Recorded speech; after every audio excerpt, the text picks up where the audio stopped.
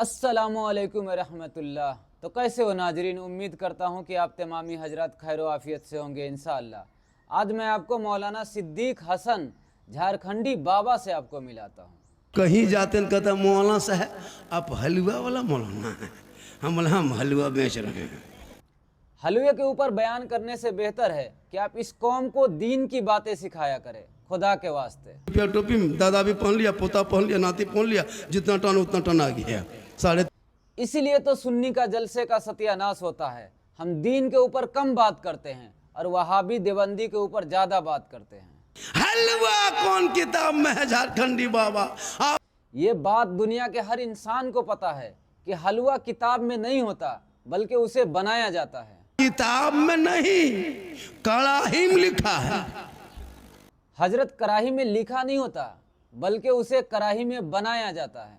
याद रखना, मसलक के आला हजरत वाले न शिरक करता न बिदअत करता है। अभी दिखाता हूं मैं आपको।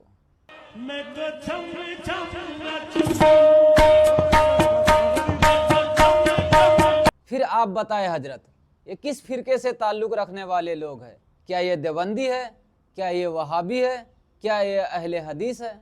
हम शिरक से पाक हैं, बिदअत से पाक है। मेरे आप शिरक से पाक है, बिदअत से पाक है, लेकिन आपके फिरके के लोग क्या करते हैं आपको मालूम है? हम मजार जाते हैं तो कब्र को पूजने नहीं जाते।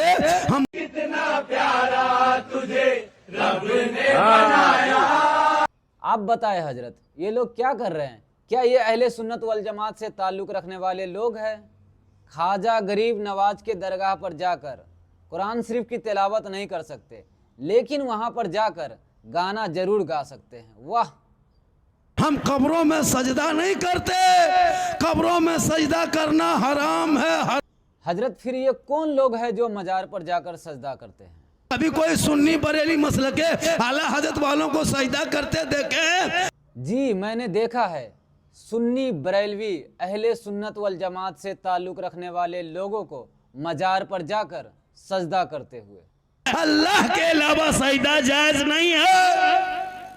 अगर अल्लाह के अलावा किसी को भी सजदा करना जायज नहीं है तो फिर अहले सुन्नत वल जमात से ताल्लुक रखने वाले लोग 10 मिनट के दूरी पर मस्जिद जाकर सजदा करना पसंद नहीं करते, लेकिन अफसोस 200 किलोमीटर दूरी जाकर मजार पर जाकर चादर चढ़ाना पसंद क्यों करते हैं? अभी जाके मजार में माथा पटके उसका ठिका हम ही लोग लिए। हजरत इसमें ठिका लेने की बात नहीं है, बल्कि हमारा सुन्नी ऐसा काम करते हैं इसलिए दूसरे फिरके के लोग आपको बताते हैं। लिहाजा हाँ, औरतों को मजार जाना हराम है। लेकिन अफसोस मजार पर सबसे ज्यादा हमारे कौम की औरतें जाती है। दर पर तुम्हारे आए हैं खाली। औरतें मजार नहीं जा सकती। एक वक्त था जब मर्द और औरत मस्जिद में फर्ज नमाज एक साथ अदा करती थी, लेकिन आज के टाइम में ऐसा नहीं है। आज के टाइम में हमारे घर की औरत शॉपिंग कर सकती है, मेला घूम सकती है, जलसे में जा सकती है, बाजार में जा सकती है, लेकिन मस्जिद में नहीं, क्योंकि मस्जिद में जाना हमारे यहाँ अलाउ नहीं है। लेकिन आज के टाइम में मलेशिया के अंदर 2 साल से ऊपर हो गया मुझे, लेकिन आज भी यहाँ पे फर्ज नमाज मस्जिद में मर्द और औरत एक साथ अदा करते हैं। हमारे मुल्क में क्यों नहीं?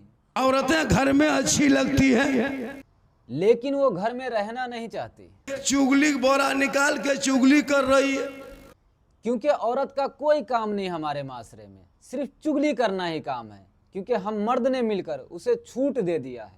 इन लोगों को मजार घूमने दीजिए, सेल्फी लेने दीजिए। अरे वाह! हजरत ये काम सब करने में उसे मजा आता है। ले बाजार दे बाजार, ले बाजार दे बाजार, अपने कपड़ा खरीदने जाएगी।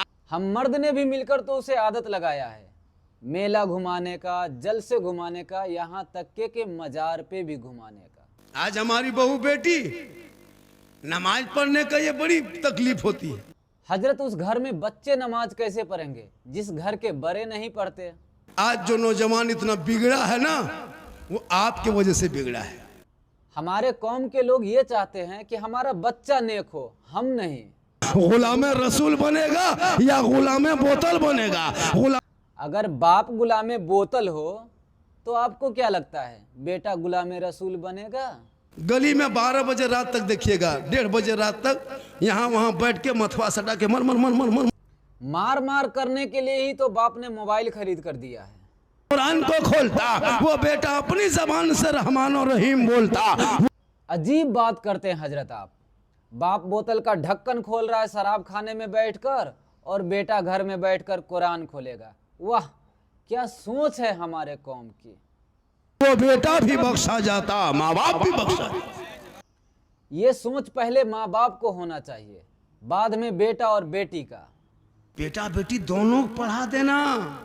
हजरत हमारे माशरे में कुछ बाप ऐसे होते हैं जिनके पास शराब पीने के लिए तो पैसे होते हैं, लेकिन बच्चे के दीनी और दुनियावी तालीम दिलवाने के लिए नहीं होते। तो ये दिन नहीं देखना पड़ेगा?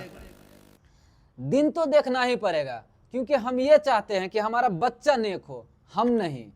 मेरी सास मरेगी और पढ़ेंगे। सास मरने इंतजार कर रही है, सास मरे। अगर हमारा घर का माहौल ही ऐसा हो तो एक बाहर के औरत आकर क्या सोचेगी? आप भी तो मर्द हैं, कह सकते कि हम जुमा पढ़ेंगे तो कुरान पढ़।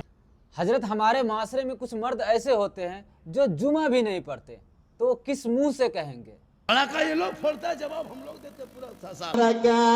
अरे शादी मुबारक हो। जवाब तो देना ही पड़ेगा, क्योंकि जिसके शादी में फटाका फोड़े जाते हैं फिर आप जैसे ही आलिम जाकर उसका निकाह पढ़ाते हैं। आखिर क्यों?